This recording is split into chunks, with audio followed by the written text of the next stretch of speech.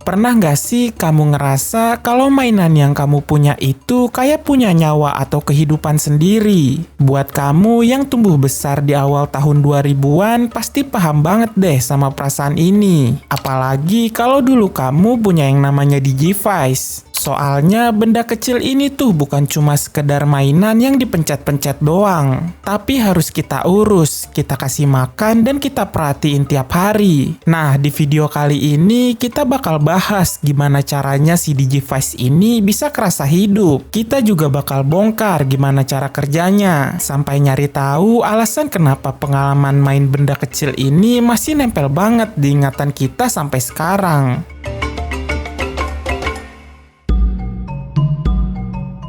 Kalau kita tarik mundur ke awal tahun 2000-an, anak-anak di Indonesia tuh sebenarnya punya rutinitas atau ritual yang hampir sama tiap minggu pagi. Bayangin aja, belum juga mandi, kita tuh udah standby bangun pagi-pagi banget cuma buat duduk manis di depan TV nungguin deretan kartun atau anime favorit. Nah, salah satu yang paling ditunggu dan gak boleh kelewatan ya apalagi kalau bukan Digimon. Dulu acara ini tayang di TV nasional, jadi ya gampang banget diakses sama siapa aja. Makanya hampir semua anak di zaman itu pasti tahu apa itu Digimon. Meskipun hal ini gak ngejamin mereka semua punya mainannya. Tapi dari tontonan itulah kita semua mulai kenal sama konsep makhluk digital yang bisa diajak ngobrol dan berinteraksi sama manusia. Jadi pas mainan Digivice ini mulai dijual di pasar, orang-orang langsung ngerasa kalau benda ini tuh adalah sebuah link atau penghubung ke dunia yang mereka lihat di TV tadi.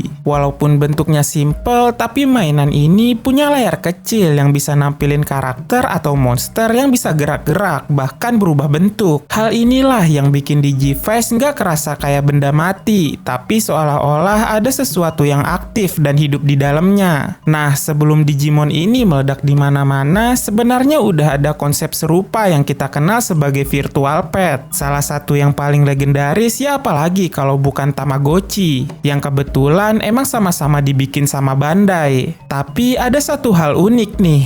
Awalnya Tamagotchi itu sebenarnya dibuat dan ditargetin buat pasar perempuan. Makanya fiturnya lebih fokus ke hal-hal yang sifatnya kasih sayang, kayak kasih makan, bersihin kotoran, sampai ngerawat biar si karakter nggak sakit. Tapi buat narik minat pasar laki-laki, akhirnya mereka bikin konsep yang berbeda lewat Digimon atau Digivice ini. Ibaratnya nih, kalau Tamagotchi itu cuma buat ngerawat, sedangkan Digimon ini emang didesain buat dilatih dan dipakai buat berantem alias battle. Sistem inilah yang bikin interaksinya jadi jauh lebih aktif. Kita nggak cuma sekedar jaga kondisi perut si karakter atau monster biar kenyang, tapi kita juga harus mikirin gimana cara ngembangin kemampuannya biar makin kuat dan menang pas diadu. Hasilnya hubungan kita sama si monster digital ini jadi kerasa lebih intens. Ada rasa bangga pas lihat peliharaan kita menang dan tumbuh lebih hebat. Nah, buat kamu yang pengen tahu lebih detail tentang Tamagotchi, kamu bisa nonton video yang ini. Videonya ada di deskripsi dan di akhir video nanti. Oke, lanjut. Nah, pas Digivice ini mulai masuk ke Indonesia, kenyataannya tuh nggak semua anak bisa langsung dapetin versi originalnya. Bisa dibilang produk resmi dari Bandai itu dulu barang mewah. Belinya aja harus ke toko mainan gede atau mall. Dan harganya ya relatif tinggi banget buat ukuran kantong anak sekolah zaman dulu. Tapi ya namanya juga Indonesia. Di mana ada kemauan, di situ ada jalan. Akhirnya muncul deh versi nggak resmi alias KW atau bisa disebut juga sebagai bootleg yang biasa dijual murah meriah di depan gerbang sekolah atau pasar. Harganya pun jauh lebih terjangkau, jadi siapa aja bisa beli. Kalau mau jujur, secara fungsi sih sebenarnya versi murah ini nggak selalu sama atau selengkap produk originalnya. Tapi dalam prakteknya, anak-anak masa itu nggak terlalu peduli. Mereka tetap ngerasa kalau keduanya itu perangkat yang sama. Hal ini bisa terjadi karena pengalaman mainnya itu terlebih ditentuin sama apa yang mereka bayangin di kepala, bukan cuma sekedar fitur yang ada di dalam alatnya. Jadi ya, mau itu barang ori atau barang pasar, sensasi ngerasa jadi anak terpilih kayak di anime atau kartunnya itu tetap kerasa banget. Nah, setelah Digivice ini mulai dikenal luas, peran film animenya tuh jadi makin krusial lagi. Di serial Digimon Adventure, Digivice itu digambarin bukan cuma sekedar aksesoris, tapi emang jadi alat utama buat para tokohnya berinteraksi sama monster mereka. Simpelnya gini, perangkat ini tuh fungsinya kayak remote sakti yang bisa bantu si monster buat evolusi jadi lebih gede dan kuat, sekaligus jadi alat komunikasi di antara mereka. Nah, penonton yang ngelihat hal itu di TV akhirnya mulai nyambung-nyambungin fungsi sakti tadi sama mainan Digivice yang mereka punya. Efeknya, Digivice nggak lagi dilihat cuma sebagai mainan plastik yang ada baterainya doang. Perangkat ini mulai dianggap sebagai bagian dari hubungan antara si pemilik sama monster digitalnya. Jadi seolah-olah ada ikatan batin gitu antara pemilik sama si monster yang ada di dalam perangkat ini. Nah, ada satu fitur yang bikin Digivice ini beda banget dan kerasa lebih canggih dari mainan lain pada masa itu. Fitur itu namanya pedometer. Kalau kamu bingung istilah teknisnya, simpelnya ini tuh sistem buat ngitung jumlah langkah kita. Jadi jumlah langkah kaki kita di dunia nyata bakal berpengaruh langsung sama perkembangan si monster di dalam perangkat ini. Artinya makin banyak kamu gerak atau jalan kaki, makin cepet juga monster kamu itu berkembang atau berubah. Nah, hal ini nih yang bikin aktivitas sehari-hari kita kayak jalan kaki jadi bagian dari permainan. Tapi ya namanya juga anak-anak, ada aja akalnya buat ngakalin sistem ini. Bukannya beneran jalan kaki, banyak anak-anak yang malah sengaja goyang-goyangin atau ngocok perangkatnya pakai tangan biar jumlah langkahnya nambah banyak secara cepat. Alhasil, interaksi sama Digivice ini nggak cuma pas kita melototin layarnya doang, tapi juga pas kita lagi sibuk aktivitas fisik kayak berjalan, atau ya sibuk ngocok-ngocok mainannya biar cepet evolusi. Nah, seiring berjalannya waktu, main Digivice ini nggak cuma jadi urusan sendiri doang, tapi mulai masuk ke ranah interaksi sosial. Puncaknya tuh ada di fitur battle. Jadi perangkat ini punya kemampuan buat dihubungin satu sama lain biar monster kita bisa saling diadu. Momen-momen kayak gini biasanya paling sering kejadian di sekolah, apalagi pas jam istirahat atau pulang. Bayangin aja, anak-anak bakal langsung ngumpul dan saling nempel-nempelin perangkat mereka buat lihat monster siapa yang paling jago. Hasilnya ya tentu tergantung seberapa rajin kamu ngelatih dan ngurus monster kamu itu. Nah, dari sinilah muncul rasa kompetisi yang benar-benar nyata. Kalau menang rasanya tuh bangga banget, tapi kalau kalah ya siap-siap aja ngerasa kecewa atau bahkan kena ceng-cengan teman sebaya. Selain itu, kondisi monster kita juga harus benar-benar dijaga. Kalau nggak dirawat dengan baik, monster kamu itu bisa melemah, jatuh sakit, atau yang paling parah yang nggak bisa dipakai buat berantem sama sekali. Nah, dari sistem ngerawat dan berantem tadi, akhirnya muncul pola interaksi yang berbeda banget kalau dibandingin sama mainan biasa. Di sini kita nggak cuma sekedar main pas lagi pengen doang, tapi kita benar-benar dituntut buat merhatiin kondisi si monster secara rutin. Jadi muncul deh tuh kebiasaan buat rajin ngecek layarnya, kasih makan tepat waktu, sampai mastiin si monster ini tetap dalam kondisi prima. Kalau sampai kamu cuek atau abai sedikit aja, ya siap-siap aja perkembangan monster kamu bakal terhambat atau malah jadi sakit. Nah, dari sinilah secara nggak sadar kita sebenarnya lagi belajar kalau setiap tindakan kita itu ada konsekuensinya, bahkan di dalam sistem digital sekalipun. Bisa dibilang pengalaman main Digivice ini jadi salah satu bentuk awal interaksi yang butuh komitmen dan perhatian terus-menerus. Jadi ya main ginian tuh nggak bisa asal-asalan, harus ada rasa tanggung jawabnya juga. Nah, seiring berjalannya waktu dan teknologi yang makin canggih, konsep yang dulu ada di Digivice ini ternyata nggak hilang gitu aja, tapi malah makin berkembang pesat. Kalau kamu lihat sekarang, banyak banget aplikasi atau game di smartphone yang pakai sistem interaksi serupa. Contoh yang paling gampang ya game kayak Po yang dulu sempat viral, atau yang lebih canggih lagi, ada game namanya Peridot. Di game kayak Peridot itu, mereka udah mulai pakai kecerdasan buatan atau AI. Jadi monster digitalnya bisa seolah-olah ngerti lingkungan sekitar kita dan ngerespon dengan lebih pintar. Tapi ya kalau ditarik tarik garis merahnya, prinsip dasarnya tuh tetap sama aja kayak zaman Digivice dulu.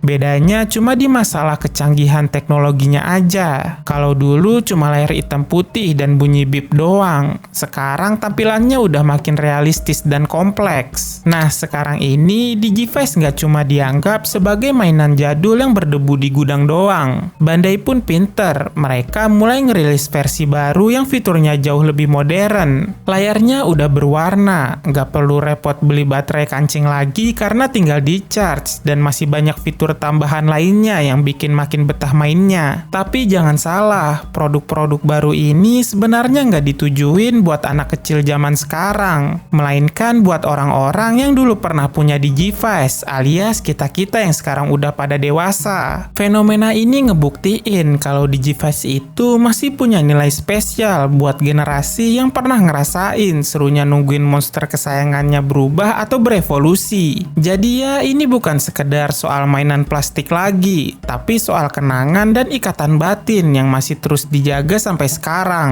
Kalau kita lihat lagi dari awal kemunculannya, Digivice itu sebenarnya cuma perangkat sederhana yang fungsinya terbatas banget. Tapi pengalaman seru yang kita dapat itu bukan cuma datang dari fitur teknisnya doang, melainkan dari interaksi antara si pemilik sama monster digitalnya yang jadi alasan utama kenapa mainan ini susah banget buat dilupain. Seiring berjalannya waktu, fungsi Digivice pun ikut berubah. Dari yang dulunya cuma sekedar alat buat main, sekarang jadi bagian dari kenangan masa kecil yang masih membekas buat banyak orang. Makanya Digivice ini nggak cuma dilihat sebagai sebuah produk mainan doang, tapi juga sebagai saksi sejarah gimana cara kita berinteraksi sama dunia digital mulai terbentuk. Dari sebuah perangkat kotak kecil di tangan, kita belajar soal tanggung jawab, kompetisi, sampai ikatan batin yang masih kerasa sampai sekarang. Jika kamu tertarik dengan video seperti ini dan ingin tahu kenapa Apple sangat membenci flash player, atau kamu ingin tahu lebih detail tentang Tamagotchi, kamu bisa klik thumbnail yang muncul di layar. Terima kasih sudah menonton video ini. Jangan lupa untuk like, share, dan subscribe channel ini, dan sampai jumpa beberapa saat lagi.